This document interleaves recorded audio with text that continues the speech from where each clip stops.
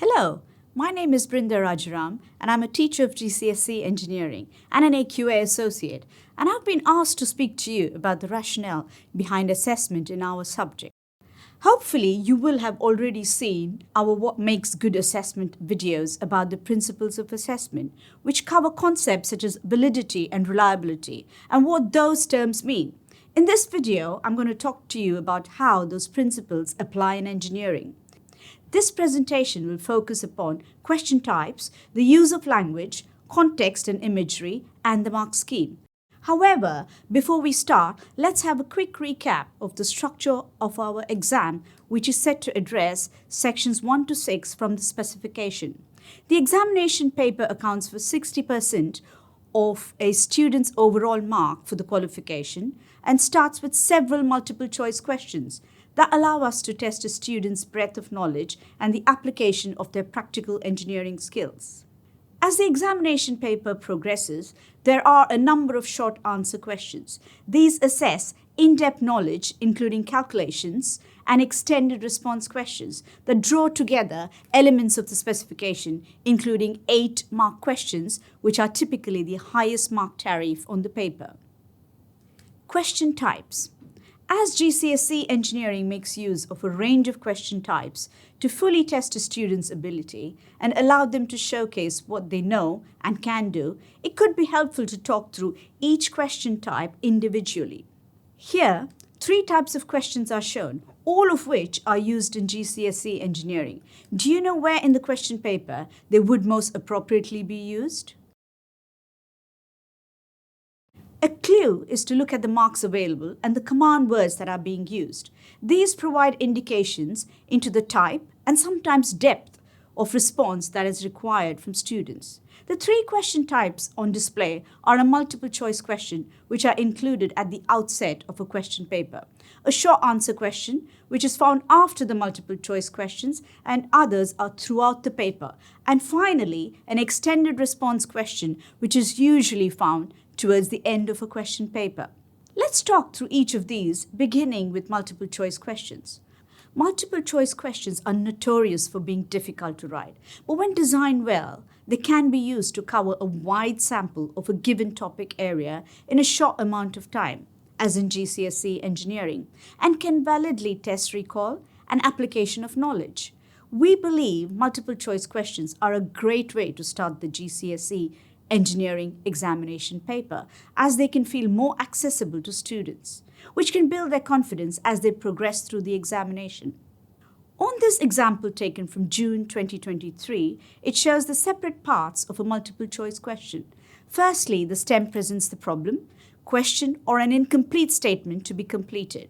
The stem is followed by possible and plausible answers, with the correct answer called the key and the incorrect answers called distractors. The stem should be written as succinctly as possible to allow students to understand what is being asked of them.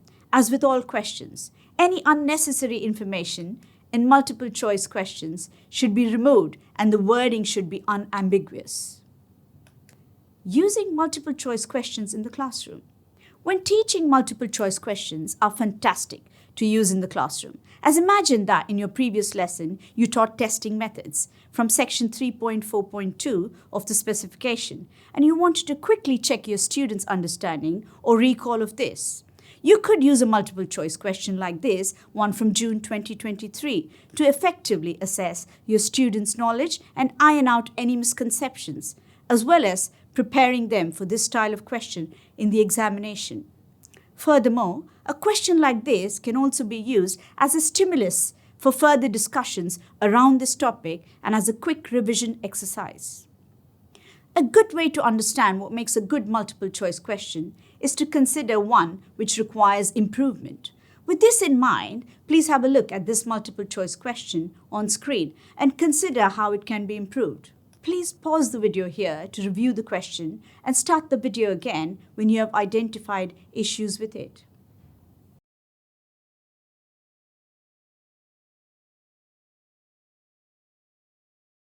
Firstly, as it stands, this question doesn't assess what we want it to as accurately as it might, as the distractors aren't all plausible as two of them are not types of engineering materials. This means the student can rule out 50% of the distractors straight away, reducing the level of demand and effectively making the question a 50-50 guess for each point. Secondly, a very strong hint of what the answer might be is provided in the possible responses. As in answer C, the answer includes the word polymer. Thirdly, another error you may have spotted is that the answers are not in alphabetical order. When writing a multiple choice question, distractors are listed in alphabetical or numerical order to remove any sense of bias or pattern which can unintentionally be written into the question. A final thing you may have noticed is that this question would be better suited to include a command word. For short answer and extended response questions, this would pose more of a problem as students would not have a signpost as to the type and depth of response required. However, although in multiple choice questions, command words are not strictly necessary, they can at times be considered helpful. You might legitimately use which or what in this example because the format of multiple choice questions already constrains the way in which a student can respond. So taking all that into account, this question could be improved to be more like the one shown here from November 2020. Use of language. Getting the language in a question correct is difficult. The upcoming slides explain how language can impact on all types of questions in an assessment. This includes a focus on the use of command words, the importance of avoiding ambiguity and negatively written questions, and how including key terminology from the specification helps to ensure that questions are as accessible to students as they can be, therefore making the assessment increasingly reliable and valid. I will endeavour now to explain each of these item areas in greater detail. When considering the use of language, let's start with the command words as these play a key role in signposting to students the type and sometimes depth of response that is required for a given question. GCSE Engineering has a list of command words which are available on the AQA website. However, some are also provided for you here. As it's important that both the student and teacher know what to expect from the assessment, when questions are written, they are checked to ensure that only command words from the published list are used.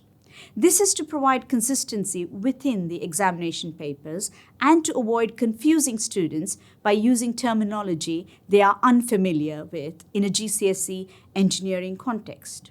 Using the same command words on a consistent basis helps us to ensure validity within the assessment, as teachers are able to fully prepare students for the type of question they will be encountering, so students can therefore be fairly assessed on their knowledge and skills and not their ability to interpret the question.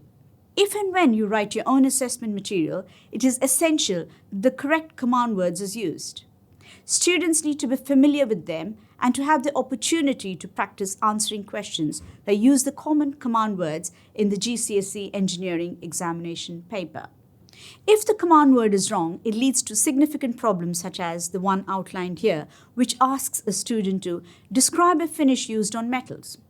Pause the video and consider what your answer would be and what other technically correct answers could appear based on the poor wording of this question.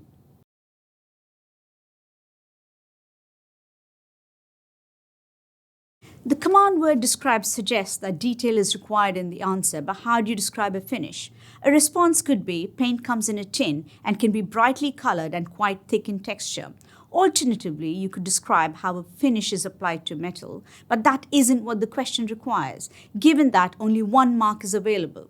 A superior manner in asking this question would be to use the command word name, as by changing this, the student could answer painting, dip coating, or electroplating for the 1 mark.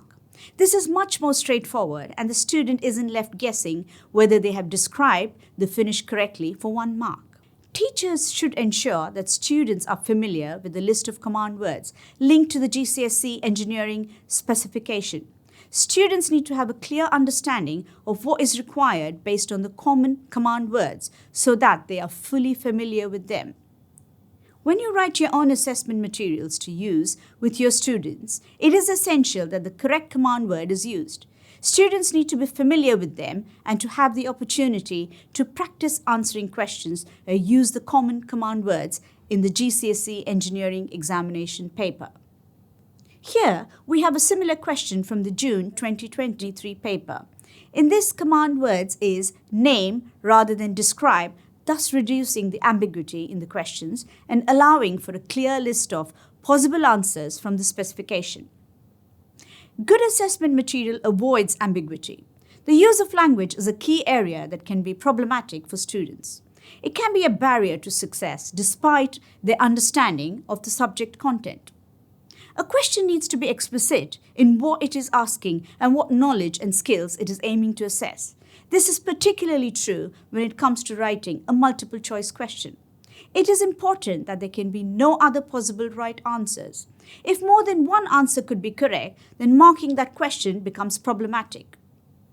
Consider this question, for example. What is the correct answer? This question is ambiguous as any of the materials listed in the question could be used, although it seems like the intention is for the answer to be A. Another example of ambiguity can be seen here. Marking this question would be very difficult as the question asks how you would manufacture the axle. Personalizing this question adds ambiguity as we could all manufacture the axle in different ways and still be correct. An additional issue is that it isn't clear what size the axle is or what it is made from, or even what the stock form is, all of which would affect the way it could be manufactured. A better way to ask this question might be to include the dimensions on the diagram and ask, use notes and sketches to describe how the steel bar would be turned to the correct dimensions for the axle using a center lathe. Include the names of tools and processes and safety issues as seen on screen now. Writing assessment material requires several checks to be made on the questions, and these checks are carried out by numerous people. It is very easy for question writers to become focused on a single element of a question or view it only from the perspective representing the way that they want the question to be seen or read. Having several people review questions means other perspectives are considered and potential problems are caught before any papers are sat by students. Before I explain this point in greater detail, please have a go at answering this multiple choice question.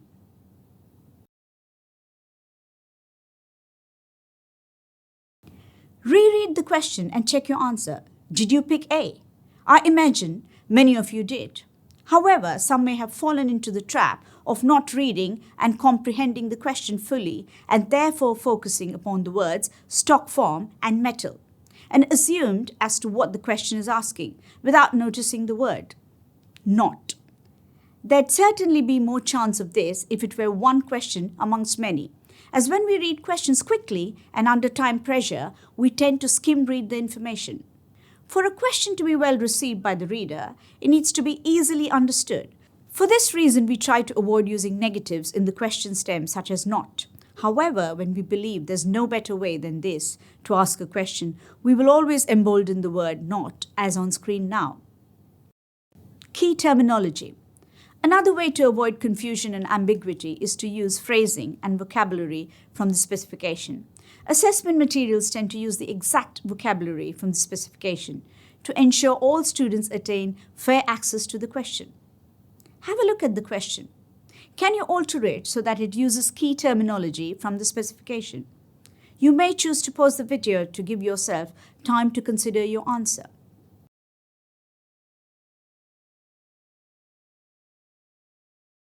This question uses a term, margin of error, which is not included in the specification. Therefore, students may not know what a margin of error is, making the question invalid.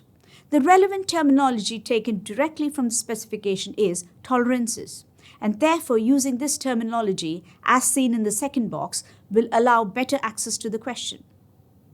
The example on the right shows where key terminology has been lifted from the specification and used in the question. This highlights the need for students to be familiar with the wording in the specification as opposed to other words used to describe items that may be part of an individual teacher's vocabulary. Another example to be aware of is that although the term thermoforming polymers is commonly referred to, the GCSE Engineering specification doesn't use this term.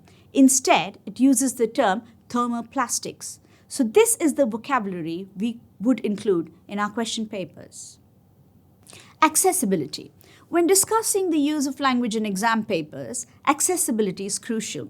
The classic example to illustrate accessibility might be the use of the words utilize versus use, where there's a more easily understood alternative.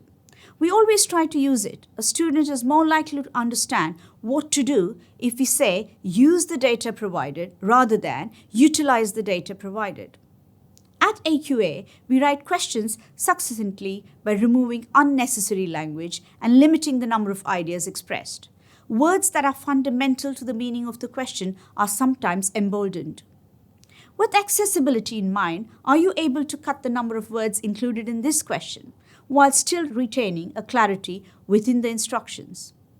You may wish to pause the video to give yourself time to do this.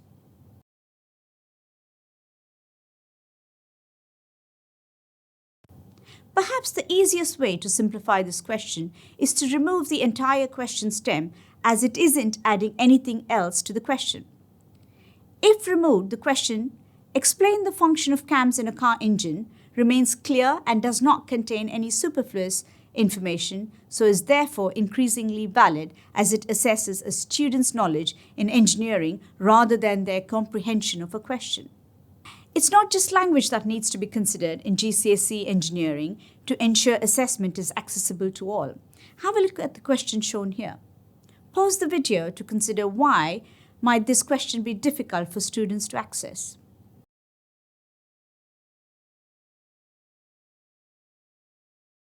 The answer to the question is bearing. With ball bearing or bearing race as acceptable answers, the image is clearly required to answer the question. However, does it need to be so complex? The question refers to a component, singular, so students would be expecting to see just one component. In the image, there are variations of the same component. From looking at the image, you could also understand why some students might think the answer could be gear. In addition, the angle of the image could be changed to make the features of a bearing much clearer. A simple image of one standard bearing at an angle that shows its features would better support accessibility and test what is intended given the question. Context and images. Assessment in GCSE Engineering sometimes makes use of context as a method of testing a student's ability to apply their knowledge in different situations.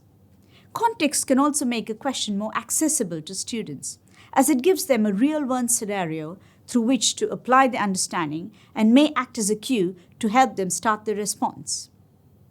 One way of applying a context to a question may be through the use of imagery.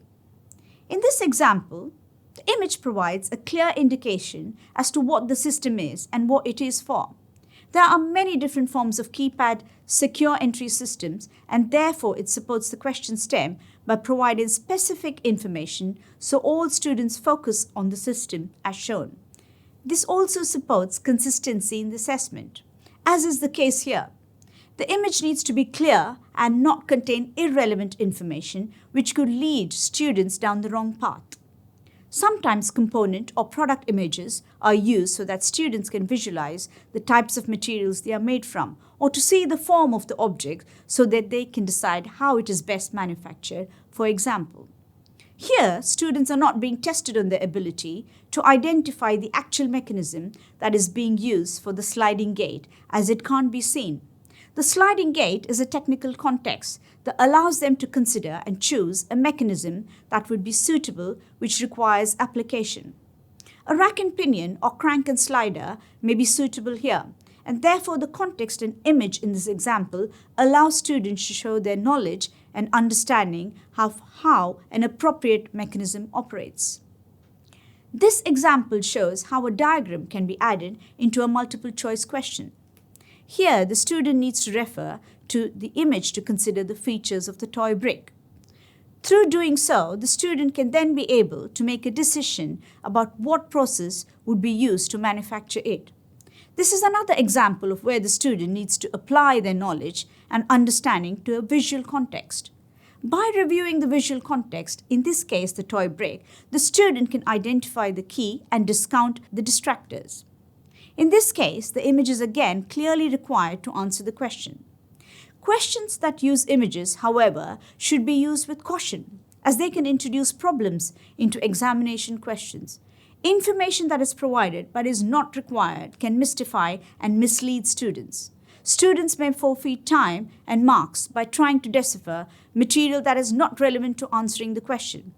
It is also important not to use context that students would be unfamiliar with, because they may feel they don't have the required knowledge to answer the question when they actually do, thus leading to invalid assessment.